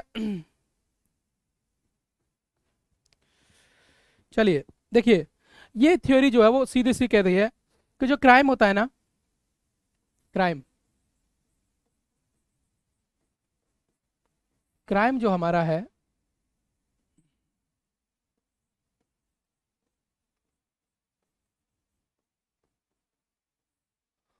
वो उसका ज्योग्राफी से बहुत लेना देना होता है, उसके भौगोलिक क्षेत्र से काफी लेना देना होता है,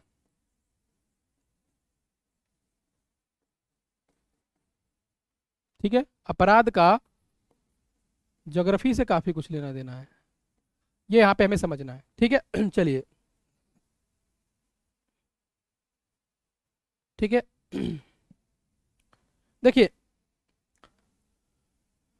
explanation of crime,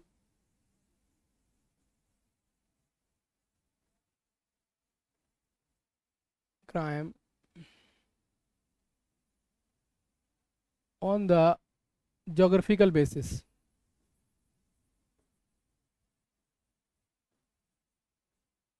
basis is like temperature, humidity, ठीक है, सीजन, etc, ठीक है।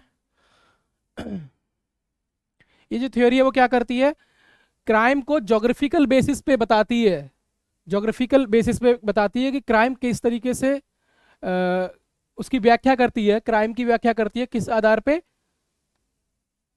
ज्योग्राफिकल बेसिस, भौगोलिक कारकों के आधार पे हमें बताती है कि क्राइम क्या है, ठीक है।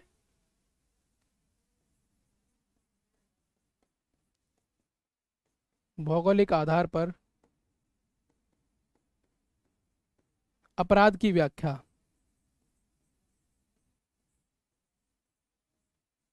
व्याख्या, ठीक है। चलिए आगे देखिए।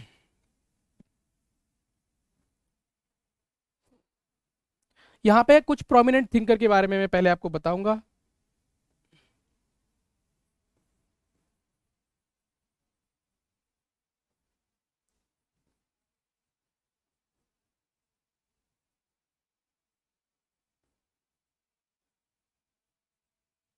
प्रमुख विचारक कौन कौन से हैं हमारे, के बारे में हम लोग यहाँ पे बात करेंगे, ठीक है। चलिए, तो जो सबसे पहला नाम है वो है हमारा क्विटलेट डेक्स्टर,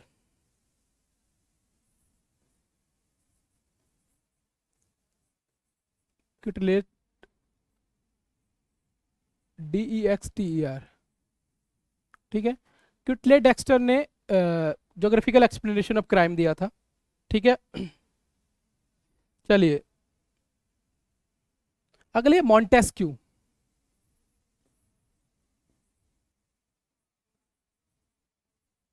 मॉन्टेस्क्यू, ठीक है। मॉन्टेस्क्यू ने भी बताया, मॉन्टेस्क्यू, यहाँ पे मैं हिंदी में भी लिख दे रहा हूँ, क्यूटलेट डेक्स्टर,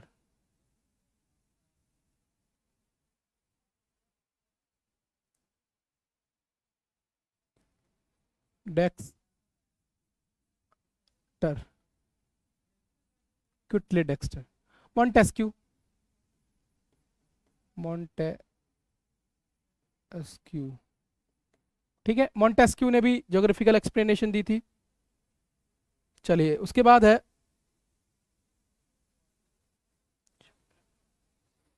चैंपनॉफ,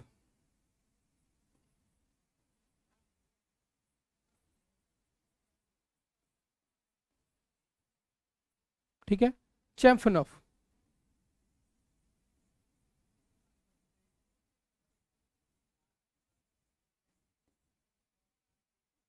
ठीक है, चैंपनॉफ। चलिए,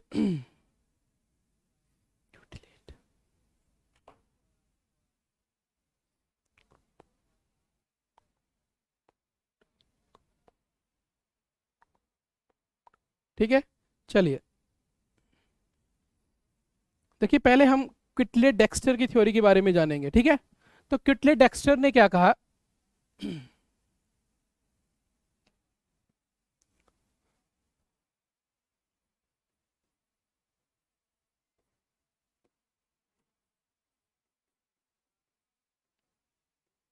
पहला नंबर, किटले डेक्स्टर ने एक चीज बताई, ठीक है। ये कहते हैं कि देखो क्राइम दो तरीके से होता है। पहला, ज्योग्राफिकल एक्सप्लेनेशन, ये है सारी की सारी।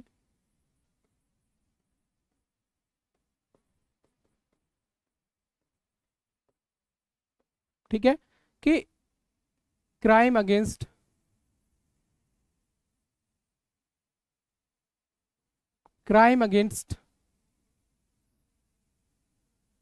पर्सन इंक्रीज इन साउथ,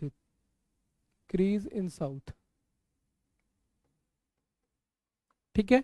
किसी व्यक्ति के विरुद्ध अपराध जो होता है वो किसी भी देश के साउथ में ज्यादा होगा, ठीक है। ठीक,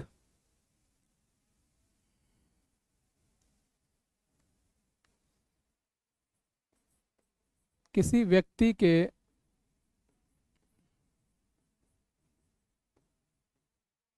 विरुद्ध अपराध दक्षिण में अधिक होते हैं। हर किसी देश का नॉर्थ एंड साउथ होगा, ठीक है, अधिक होते हैं, ठीक है, ठीक है। क्योंकि देखो उसके पीछे इन्होंने टेम्परेचर, क्लाइमेट, ह्यूमिडिटी, इन सबको भी रीजन बताया है। वो कैसे बताया मैं बताऊंगा आपको। सेकंड वन वाज,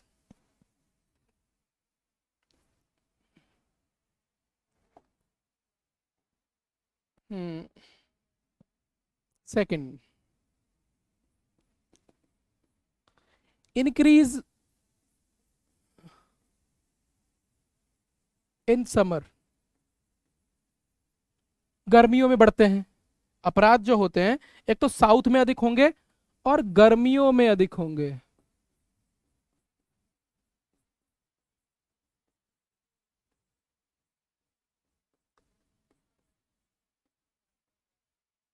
ठीक है, दो हो गया।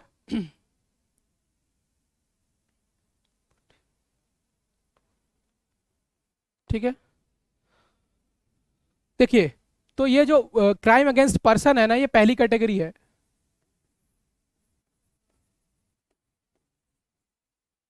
अगेंस्ट पर्सन, किसी व्यक्ति के विरुद्ध जो अपराध होंगे ना, वो दो तरीके से होते हैं।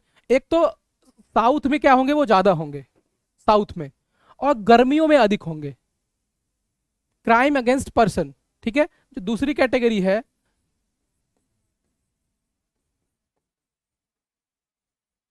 क्राइम अगेंस्ट प्रॉपर्टी, संपत्ति के विरुद्ध, संपत्ति को लेके जो क्राइम होते हैं,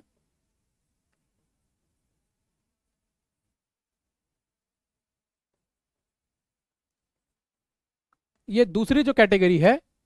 इसमें क्या होगा वो देखना है। तो जो किसी देश के नॉर्थ में होता है ना,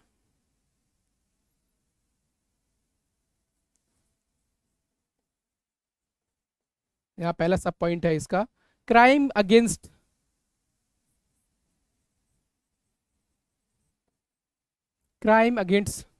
property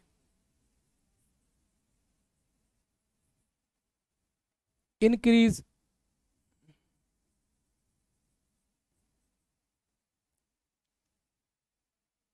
increases in north.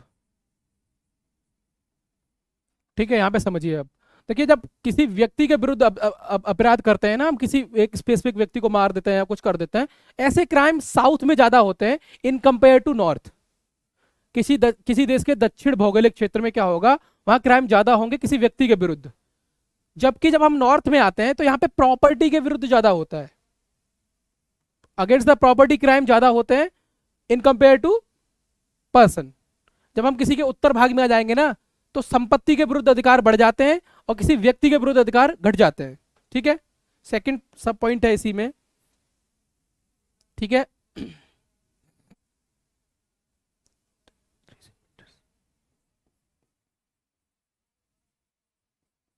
Increase in winters, ठीक है। गर्मी, यहां पे सर्दियों में क्राइम बढ़ जाते हैं,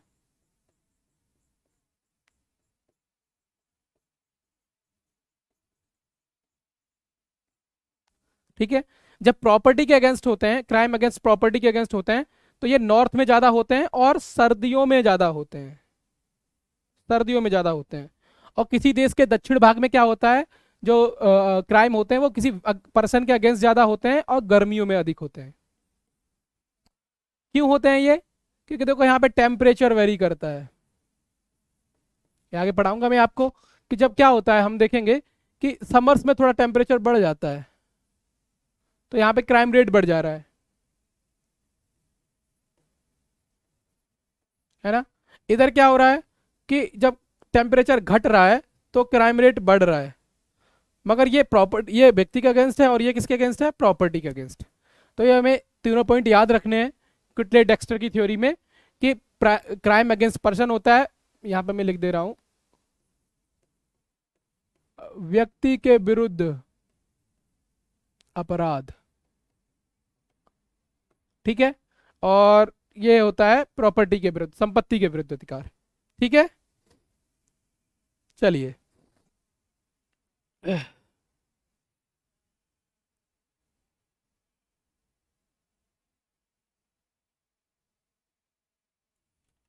चलिए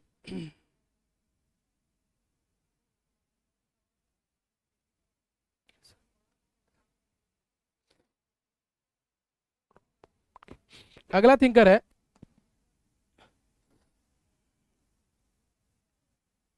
अब हम लोग पढ़ेंगे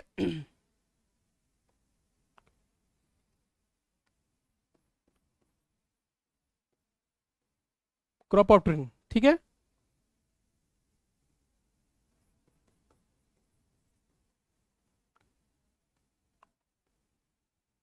क्रोपोकेन, यहाँ टी साइलेंट रहता है। क्रोपोकेन, क्रोपोकेन जो है इन्होंने भी बहुत अच्छी थ्योरी दी है इन्होंने एक फॉर्मूला दिया, क्राइम का एक फॉर्मूला दे दिया इस बंदे ने, ठीक है। क्रोपोकेन ने क्राइम का एक फॉर्मूला दे दिया, जिस फॉर्मूला का जो फॉर्मूला इस तरीके से है, crime is equal to 2 + 2 × 7x + y, 7x + y, ठीक है। अब यहाँ पे where x is average, average temperature, y is equals to average humidity, ठीक है। इन्होंने दिया कि क्राइम, अपराध मतलब क्या होता है, अपराध बराबर 2 × 7 ×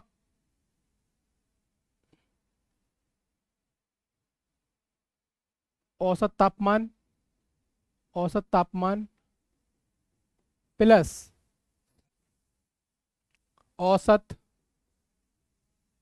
आर्द्रता, ठीक है। तो ये एक फॉर्मूला दे दिया कि अपराध को ऐसे आप काउंट कर लो कि किसी एरिया में आपने एक सीजन का एक एवरेज टेम्परेचर ले लिया, तापमान ले लिया, और ह्यूमिडिटी क्या थी उसमें, एक वीक में कितना क्राइम हुआ, अगर हम इसको मापेंगे तो इस फॉर्मूला के तहत माप सकते हैं। कि जैसे मान के चलिए जो हमारा टेम्परेचर था वो कितना रहा, 15 रहा, और ह्यूमिडिटी कैसी रही, 20 मान लीजिए। तो जो क्राइम आएगा ना वो कितना हो जाएगा हमारा, 15 × 7 = 105 + 20 तो 25, ठीक है, 250, ठीक है। तो जो क्राइम रेट है वो 250 हो गया। हो सकता है कि हमारे एक वीक में 250 क्राइम हुए होंगे। तो इन्होंने क्राइम को मेजर करने के लिए एक फॉर्मूला ही बना दिया जो हमारे जोग्राफिकल फैक्टर्स पे डिपेंड करता है, हमारे एवरेज टेम्परेचर और एवरेज ह्यूमिडिटी औसत तापमान और औसत आर्द्रता पे हमें डिपेंड कर रहा है कि 2 × 7x + 22। ठीक है, क्रोपोकॉन का ये फॉर्मूला है। ठीक है, तो आप यहां से ऐसे काउंट कर सकते हो कि एवरेज टेम्परेचर और एवरेज ह्यूमिडिटी का कॉन्सेप्ट किसने दिया क्राइम में, वो हमारा क्रोपोकॉन हो जाएगा। ठीक है, चलिए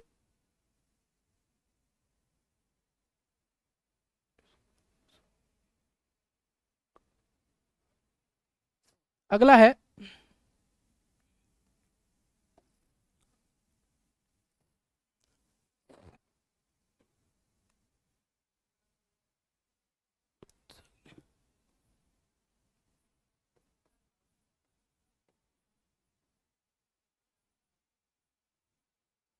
ठीक है,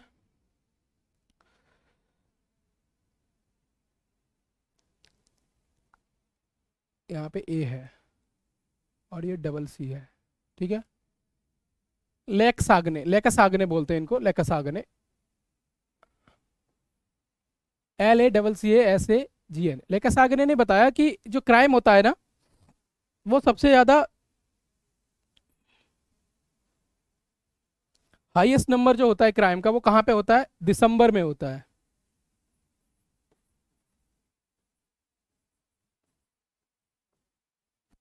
ठीक है, फॉलोअप्ड बाई जनवरी, नवंबर एंड फरवरी। ठीक है, हाईएस्ट होता है ये दिसंबर में। फिर उसके बाद क्या करते हैं हम, फिर जनवरी में, फिर फरवरी में। ठीक है, जन में और कम हुआ, फरवरी में, और इधर यहाँ पे नवंबर में।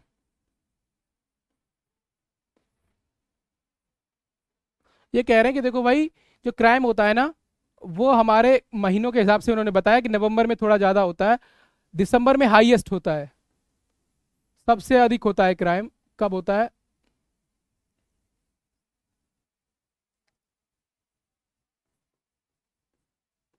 सबसे अधिक कब होता है, सबसे अधिक होता है दिसंबर में, फिर जनवरी में उससे कम, फिर फरवरी में उससे कम, फिर ये ऐसे ऐसे बढ़ता बढ़ता, फिर यहाँ से बढ़ता बढ़ता चलता है। जैसे जैसे जैसे जैसे जैसे टेम्परेचर कम होता है, ये बढ़ता जाता है, बढ़ता जाता है। फिर नवंबर में, अक्टूबर में हाईएस्ट होता है, सॉरी अक्टूबर में बढ़ता है, फिर नवंबर में बढ़ता है, और दिसंबर में जाके हाईएस्ट आ जाता है। तो ये क्यों, क्राइम का एक्सप्लेनेशन क्या दे रहे हैं कि जैसे जैसे टेम्परेचर क्या होगा, कम होगा, क्राइम बढ़ेगा। टेम्परेचर यूं जाएगा, क्राइम यूं आएगा। ठीक है, तो ये हमारी कुछ एक्सप्लेनेशंस हैं क्राइम की। ठीक है, अभी जो सबसे इंपॉर्टेंट थ्योरी है क्राइम की, वो है आपकी सोशियोलॉजिकल थ्योरी। ठीक है,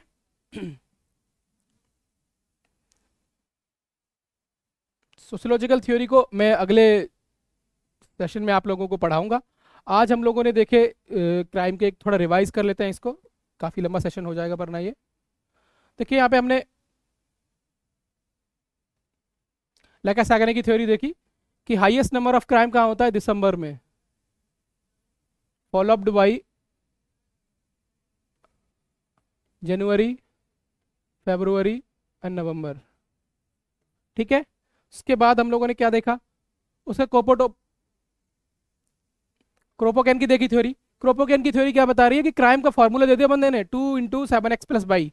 एक्स यहाँ पे क्या है, एवरेज टेम्परेचर है, वाई यहाँ पे एवरेज ह्यूमिडिटी है। अगर आप काउंट करना चाहते हो, आप एरिया का क्राउम निकाल सकते हो ऐसे एग्जाम्पल की तरह। ठीक है, ये एक एग्जाम्पल था। ठीक है, उसके बाद हम आ जाते हैं क्यूटे डेक्स्टर। क्यूटे डेक्स्टर ने बताया कि अगर जब क्राइम अगेंस्ट पर्सन करते हैं, तो ये साउथ में बढ़ता है, और कब बढ़ता है, समर्स में बढ़ता है। ठीक है, और जब हम क्राइम अगेंस्ट प्रॉपर्टी करते हैं, ये नॉर्थ में ज़्यादा होता है, और कब होता है, गर्मियों में अधिक होता है। ठीक है, चलिए ये क्यूटले डेक्स्टर, मोंटेस्क्यू, चैमफोर्ड्स और क्रोपोडोपेकिन, कसलागने, ये सब जो है, यहाँ पे रेस्ट जो बचे 4 नंबर और 5 नंबर, वो भी आप लोग नोट कर लीजिएगा अपने नोट्स में। उसके बाद जोग्राफिकल थ्योरी ऑफ क्राइम पढ़ी रहे थे हम लोग, कि क्राइम जो है वो क्या है, जोग्राफिकल फैक्टर्स एक्सप्लेन करते हैं क्राइम को, उस पर डिपेंड रहता है क्राइम।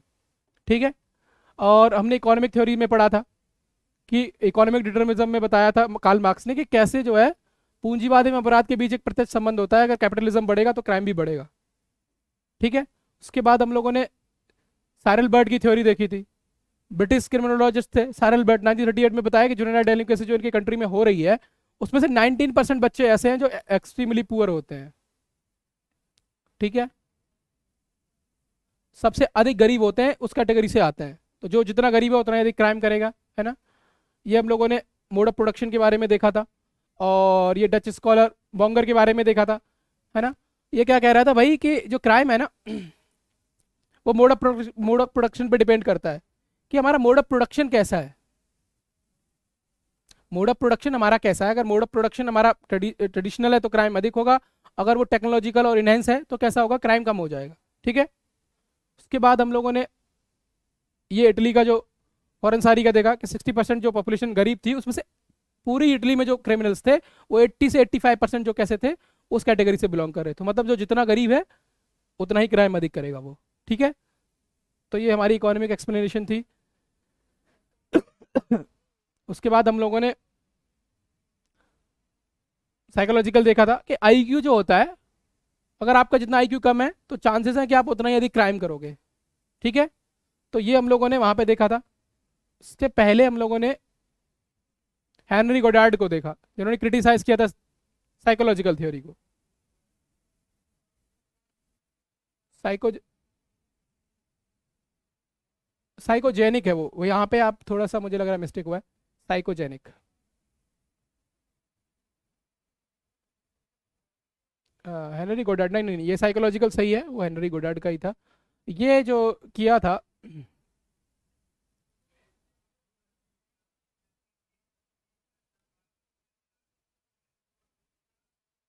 ठीक है, ये हम लोगों ने देखा था बायोजेनिक थ्योरी, लंबोर्सो की, फादर ऑफ क्रिमिनोलॉजी, है ना। अगले सेशन में मैं आप लोगों को बताऊंगा कि psychological sorry sociological explanation of crime क्या होता है, और उसके बाद कुछ कॉन्सेप्ट जो क्राइम से आते हैं वो। तो आपका एक क्राइम का एक पूरा सेटअप आपको मिल जाएगा, पूरा एक कॉन्सेप्ट।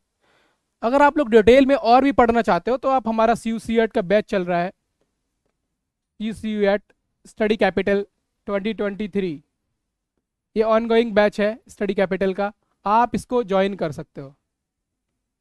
वहाँ पे हम और आपको थोड़ा सा एक्सप्लेन करके ये सारे कॉन्सेप्ट्स को क्लियर करके बताएंगे कि कैसे जो है सोशियोलॉजी आप आने वाले टाइम में सी यू सी एट 2023 को क्लियर कर सकते हो विद गुड मार्क्स।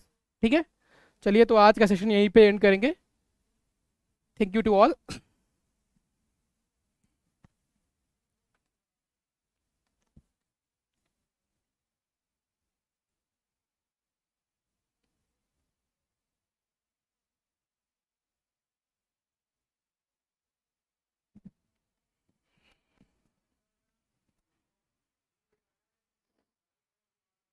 ब्रो बंद कर दो।